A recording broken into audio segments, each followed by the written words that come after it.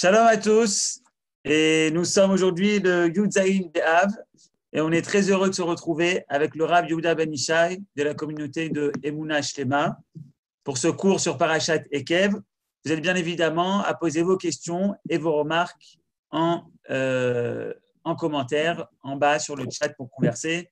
Shalom au Rav Ben Ishai, on peut débuter ce cours. Bechavod. Shalom, shalom, bienvenue à tous et à tous ceux qui nous ont rejoints pour ce cours habituel de Parashat Shavua. On est déjà le deuxième Shabbat après Tisha B'Av et on a donc de bonnes raisons de se réconforter et de se consoler. La paracha de cette semaine, en fait, est la paracha qui complète la paracha de la semaine passée. Et Rav, désolé, on a une Agdasha à la mémoire de Yaakov Chaim Ben Meir Azougi, Leilou Nishmato. Et on a aussi une autre Agdasha. Cette autre Agdasha se fait à la mémoire de Alfred Fredj Ben Yosef Boublil Zichrono Livracha. Donc, on a une pensée aussi pour le Rav Schnelzalt qui est décédé il y a quelques heures, je crois. Nachon, tu as raison, un grand homme qui a fait des choses extraordinaires dans sa vie, qui a bien rempli sa vie et qui laisse un trésor énorme grâce à toute son œuvre. Et il est certain qu'on sait que pour les tzadikim, ce qu'il laisse, en fait, c'est la suite, c'est leur enseignement continue de les laisser vivants. Alors, on va donc cette semaine étudier la paracha de Ekev.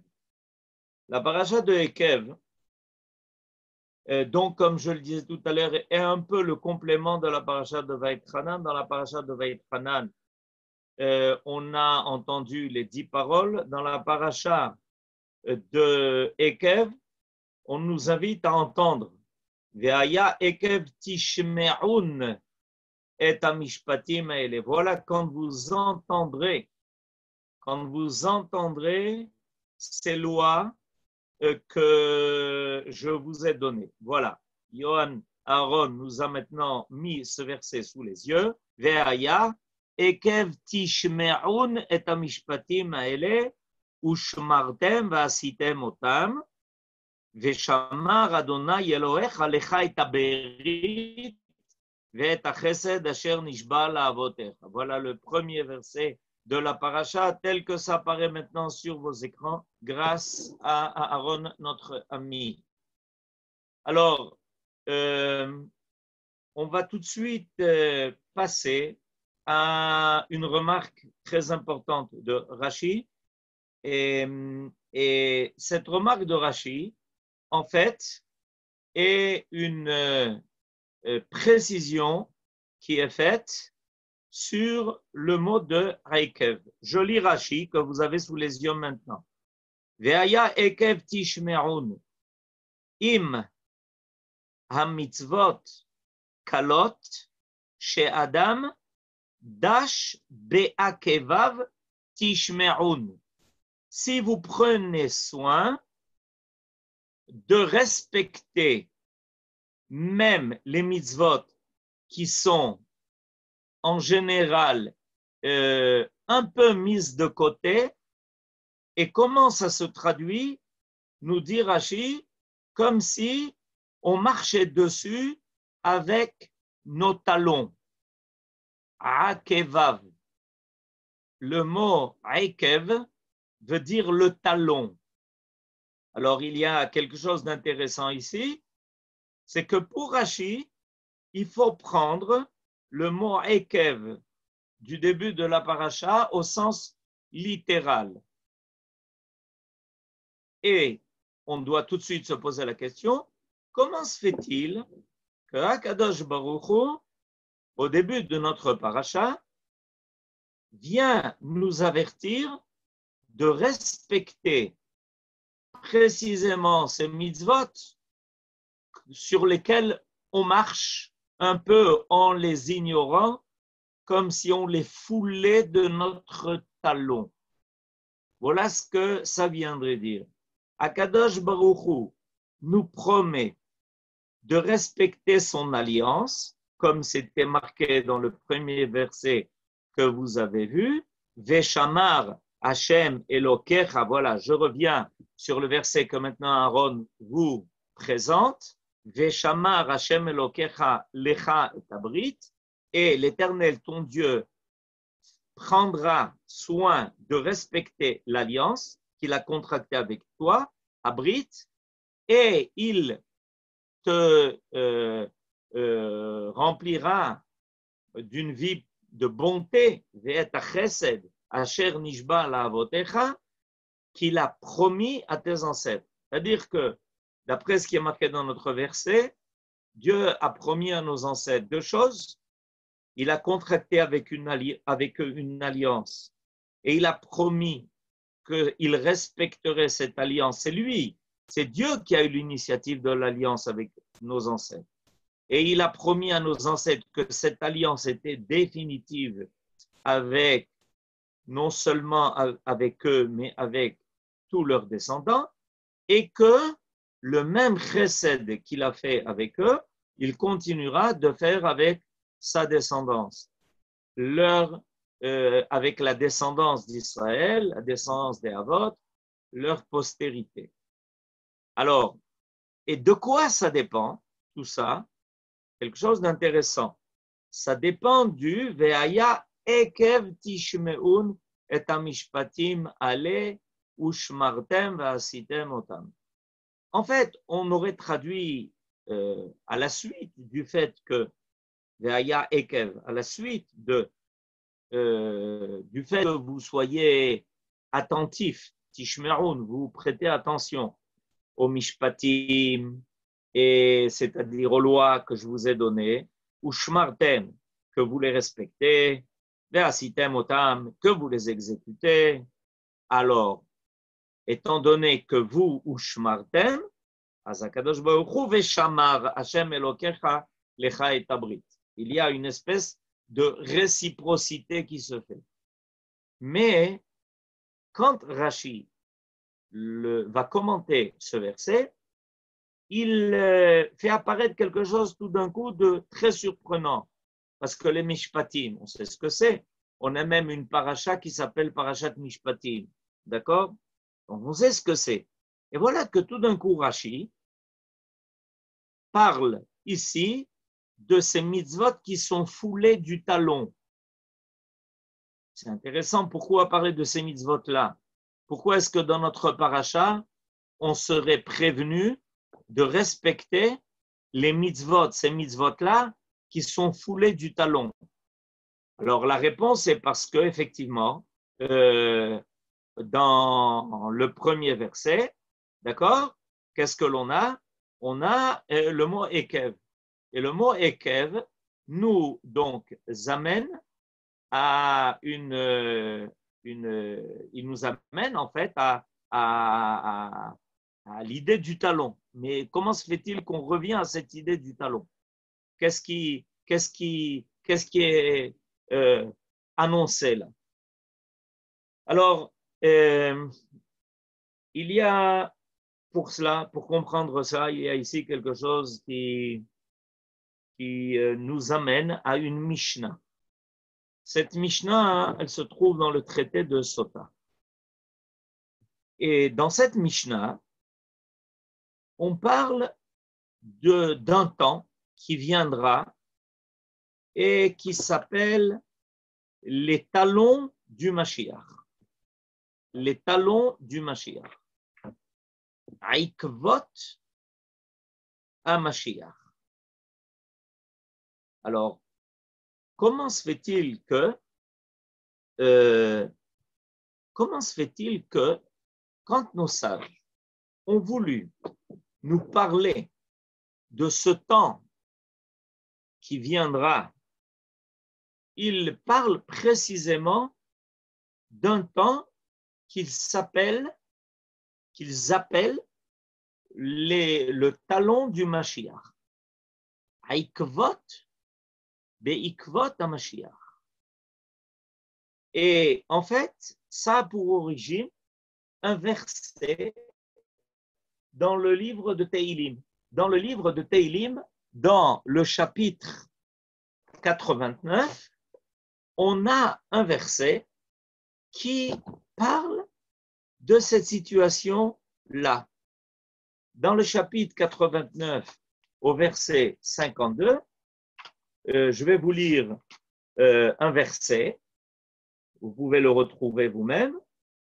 Asher cherfu oivecha Adonai, asher cherfu aikevot meshichecha. Il y a un temps où tes ennemis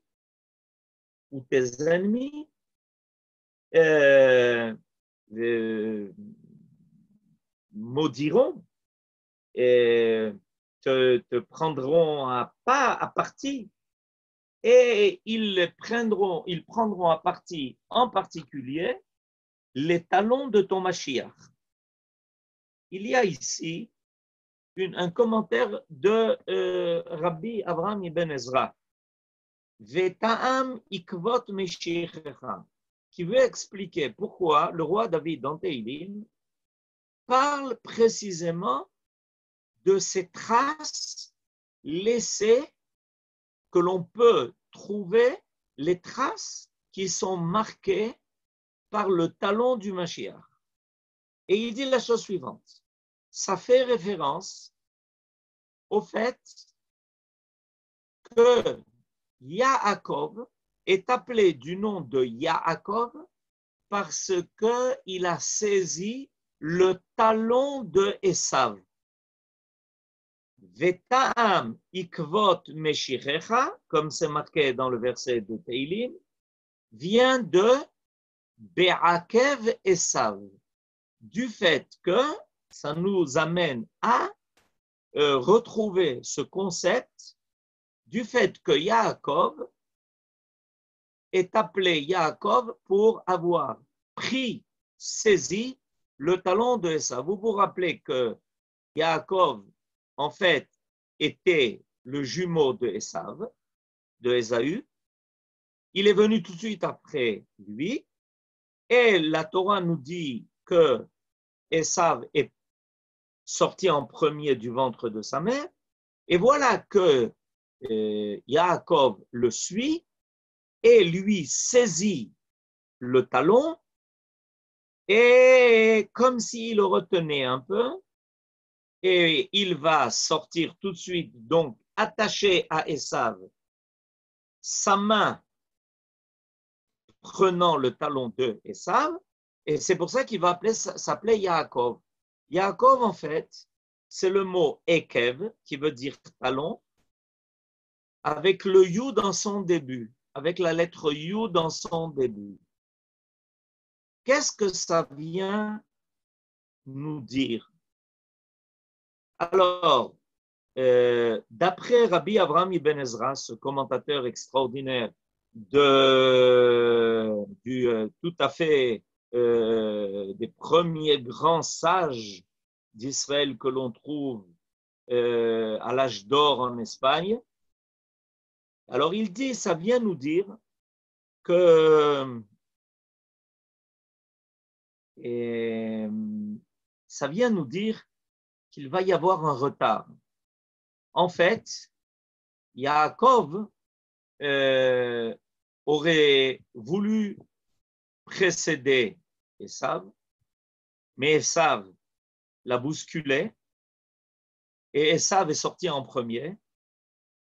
Et tout se passe comme si Yaakov essayait de rattraper Esav, qui l'a précédé, qui est sorti en premier.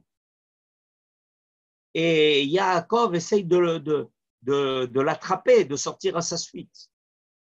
Et ça nous dira que ceux qui sont de la descendance de Yaakov, c'est-à-dire à l'époque du Mashiach, ne pourront réaliser le projet divin qu'à la fin. une fois que la civilisation de Esav se sera complètement accomplie dans ce monde. Et à sa suite viendra Yaakov, sa descendance, le peuple qui vient de lui, et celui qui viendra réaliser complètement le projet divin. Et à chaque fois, il y a une espèce de coup de talon qui est donné par Esav, qui ne veut pas laisser encore apparaître Yaakov, et Yaakov ne démissionne pas, il lui attrape le talon et vient à sa suite. Et c'est pour ça que le Mashiach est appelé celui qui vient à la suite du talon. Ikvot Meshichecha. Celui qui a suivi celui qui l'a précédé, dans notre cas, c'est son frère Esav, avec sa civilisation et tout ce qu'il représente. Et à la fin, Yaakov apparaît et il réalise le projet divin que Dieu lui avait attribué. Mais ça ne se fait pas sans difficulté. Parce que Esav sent, il ressent son frère Yaakov le suivre de près. Et il essaye de retarder le plus possible. C'est pour ça qu'on parle du talon, parce que le talon est la dernière partie du corps de l'homme. Il y a sur quoi l'homme repose. Il repose sur ses talons. Et c'est ce qui lui donne sa stabilité sur terre, son talon. Et Yaakov, donc, essaye de suivre Esav. Et Esav dit à son frère, non, tu viendras qu'à la fin. Tu ne viendras qu'à la fin. Mais l'histoire du talon va encore beaucoup plus loin que ça. Parce que, a priori, la partie la plus matérielle et la plus terrestre qu'il y a chez l'homme, et c'est ce qui est exactement à l'opposé de sa tête. La tête est la partie la plus élevée de l'homme, là où se posent, là où sont les pensées, là où se situe tout ce qui est en l'homme abstrait, sublime. Par contre, le talon, c'est celui qui marche sur terre et qui rencontre même des fois des serpents. Rappelons-nous quelle a été la malédiction qui a été donnée lorsque le premier homme a fauté. Et la première malédiction a été une malédiction qui annonce que le serpent rampera par terre et qu'il viendra s'attaquer à l'homme et que l'homme se défendra en écrasant de son talon Ve'ata teshufenu akev. C'est dans le chapitre 3 de Bereshit, dans le verset 15. Il est marqué dans ce verset-là que la malédiction qui a été donnée au serpent était la malédiction de ramper par terre, d'accord? Et quand l'homme devra se défendre de ce serpent qui rampe, alors dit le verset, le serpent essayera de t'atteindre à la tête et toi, tu l'attaqueras au talon. Il y a une espèce de quelque chose de très particulier où on voit que le Nachash, qui est la même valeur numérique que le mot Mashiach, le Nachash veut s'en prendre à la tête de l'homme. Il veut l'atteindre à un endroit qui est mortel, la tête de l'homme. Veu yeshuvcha rosh, ve'ata teshuvenu akev. Et toi, comment tu arriveras à le vaincre? En l'écrasant de ton talon.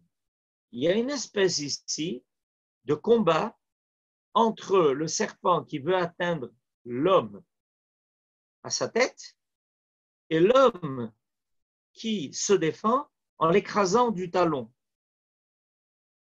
Alors, une espèce de lutte entre ce qui risque de porter atteinte à la tête de l'homme et de la réponse de l'homme qui se fait par son talon. D'après Rashi, c'est l'histoire de notre paracha. Je m'explique.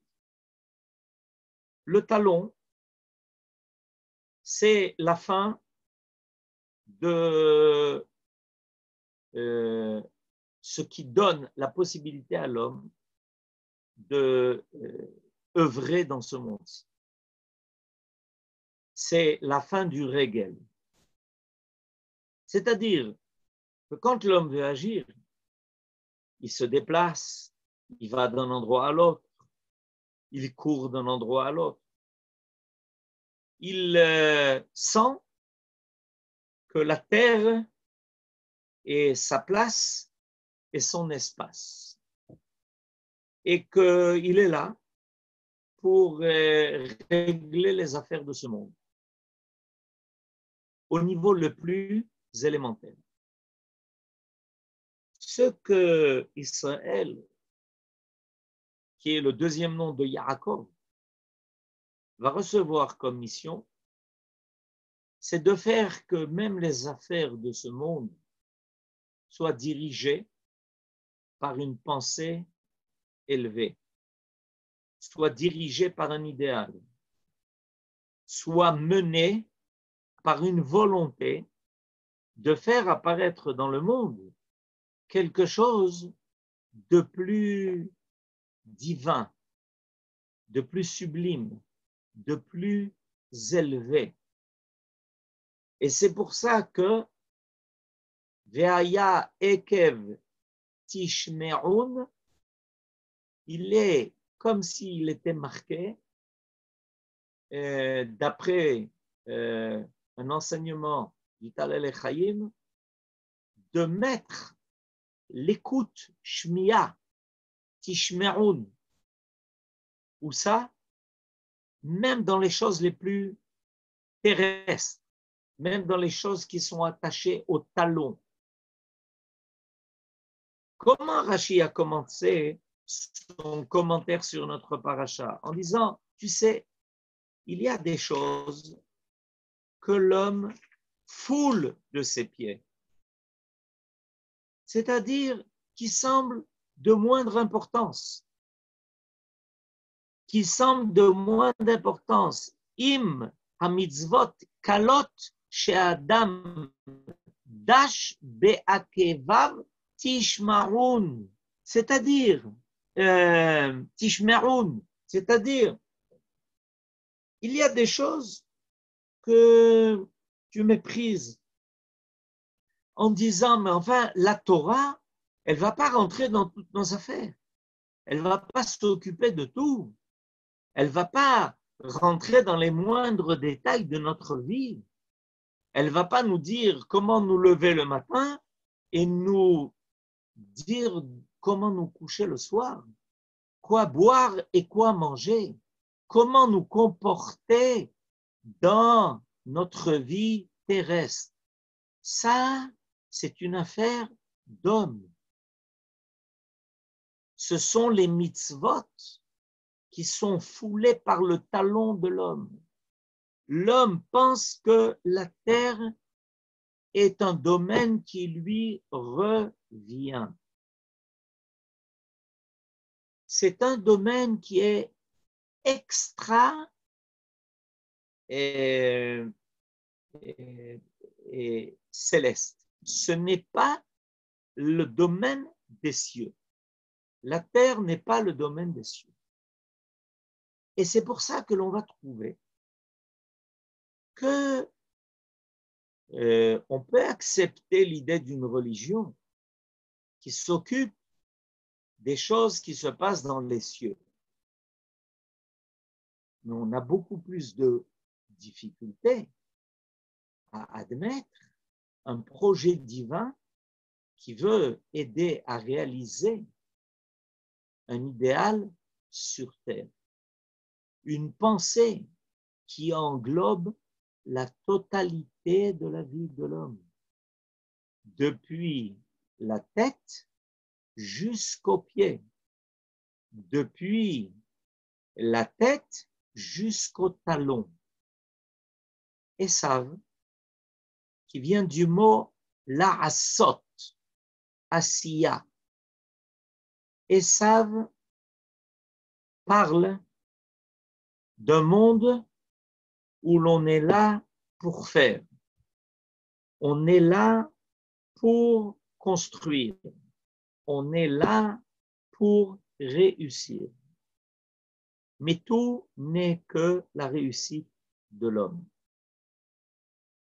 Au niveau de la compréhension que Esav amène dans le monde, on a Rome qui sait construire, qui sait faire, qui sait agir dans ce monde-ci.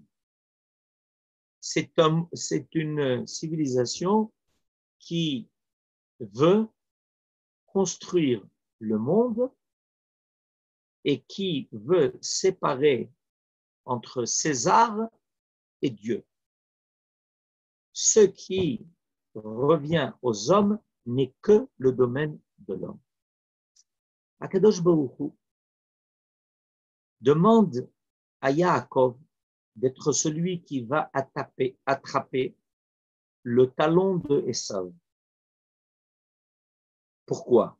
Parce que il demande à Yaakov de suivre ce monde-là qui a été un monde complètement conquis par l'homme. Esav est celui qui complète le don de la nature, celui qui a réussi à dompter toutes les forces de la nature, qui a réussi à faire de ce monde un monde où il y a partout l'empreinte de l'homme. Et il lui a demandé de rajouter le Yud. Le Yud, dans la tradition juive, fait référence à la Chokhma, à la sagesse, mais pas une sagesse qui est humaine seulement, mais qui est une sagesse divine, inspirée par Yud Chokhma Keduma, le Yud de la Chokhma, qui fait référence à un monde qui est total, qui comprend la perfection, qui comprend l'harmonie. Le Yud est assimilé à un point. Dans le point, tout y est. Tout est condensé. Tout est totalisé. Akadosh Baruch Hu demande à Yaakov de permettre à ce monde conquis par Esav d'être en contact avec l'infini, d'être en contact avec l'éternité, de ne pas laisser ce monde seulement comme un monde qui est construit, mais sans idéal, sans morale. De rentrer dans la mécanique des lois de la nature, quelque chose qui est une dimension qui vient parfaire non seulement l'acte, mais aussi l'intention. Parce que l'acte dépendra de l'intention. Alors, à la fin des temps, c'est pour ça que l'on parle de Ikvot HaMashiach. Le Mashiach vient tout de suite après cette civilisation énorme qui a été la civilisation de Esav, qui a réussi à construire ce monde, à ériger des tours, à dompter la nature, à connaître toutes les lois pour s'en servir et dominer tout ce que l'homme pouvait dominer. Le Mashiach est censé suivre cela. Il a amené une pensée qui va introduire dans le monde quelque chose de beaucoup plus vrai, qui soit beaucoup moins partiel, qui soit beaucoup plus harmonisé. Et Yaakov reçoit ce rôle-là. Pour ça, il faut être à l'écoute.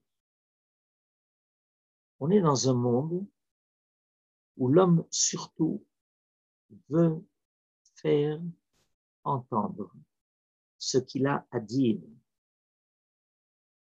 Il veut parler. Et la paracha de cette semaine nous demande d'être à l'écoute des mitzvot.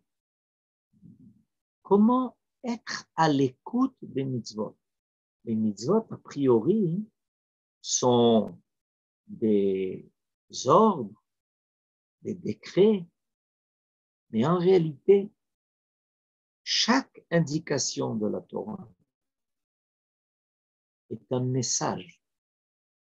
Nous avons les clés qui sont là pour déchiffrer ces messages. On doit déchiffrer les messages qui nous sont envoyés par les mitzvot qui sont donnés. Et c'est pour ça qu'au début de notre paracha, on entend Tishme'un et Mishpatim.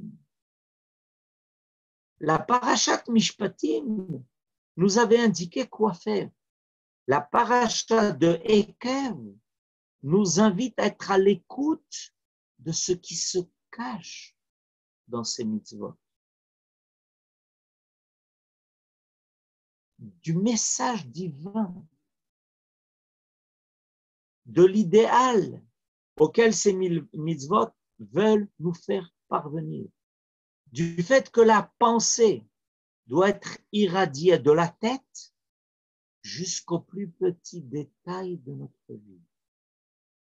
Il n'y aura plus une vie où il y aura des choses importantes et secondaires, essentielles et de peu d'importance, de peu d'affaires. Le monde que le Mashiach veut faire apparaître est un monde où tout a une valeur. Il n'y a plus de but et de moyens.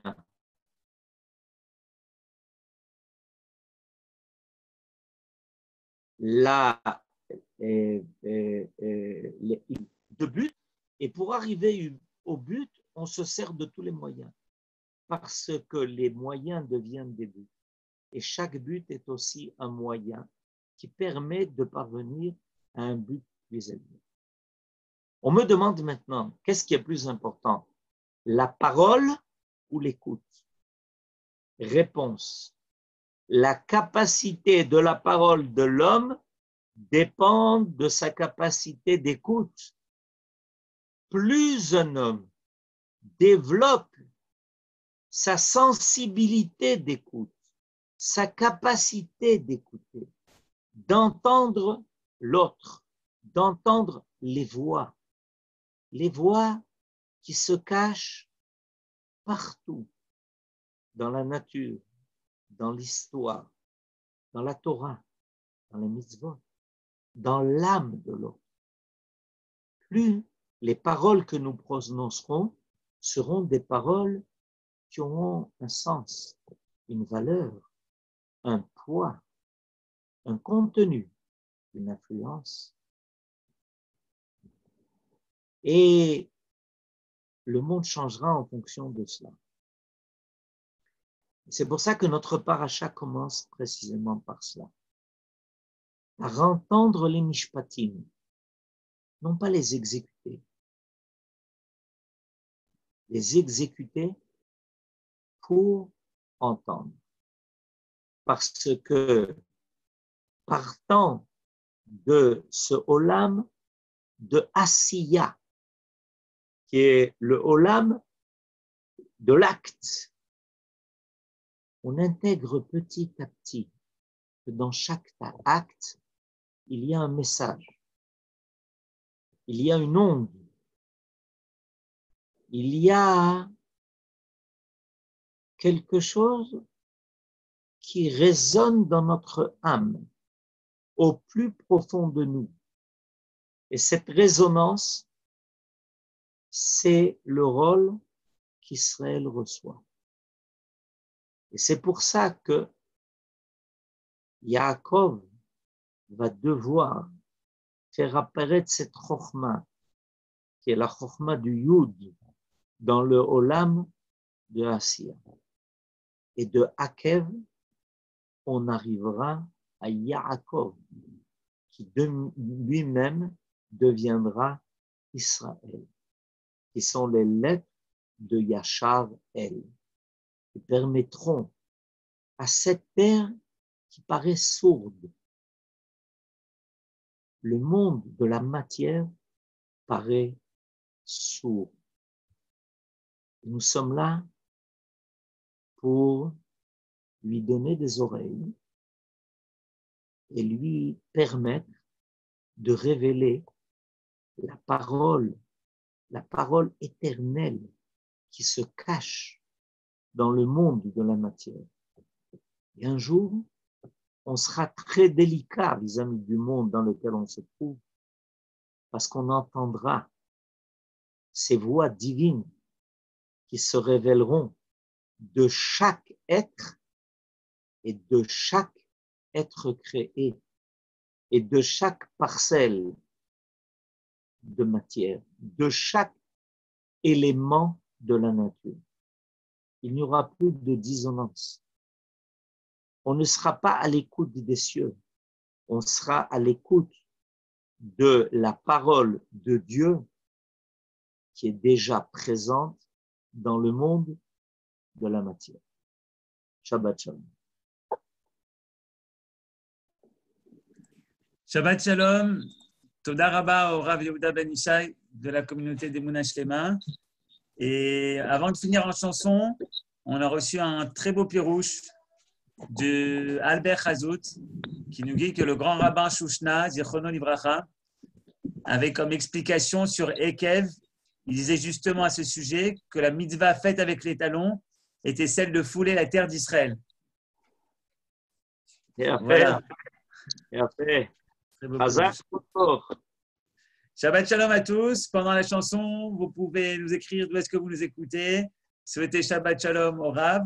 Et on finit avec une chanson qui est liée à la paracha, puisqu'il est écrit dans notre paracha Eretz asher Adonai Elohecha doresh ota tamid ene Adonai Elohecha ba mireshit hashana ve'ad achrit hashana. Il y a une ashgacha spéciale sur la terre d'Israël du début jusqu'à la fin de l'année. C'est un titre très connu de Mendy Djeroufi. Alors on écoute ça et Shabbat Shalom à tous.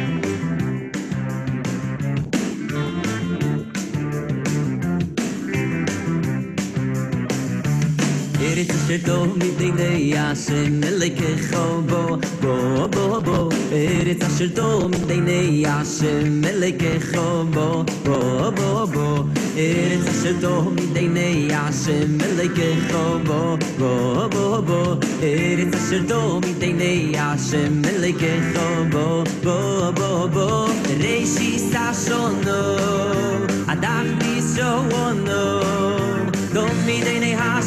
Domidene Hashem, Elekechbo, ay Domidene Hashem, Elekechbo, oy Eretz Asher Tomid, Einei Hashem, Elekechbo, Meidei Shisa Shono, Adach Lisono, oy Eretz Asher Tomid, Einei Hashem, Elekechbo, Meidei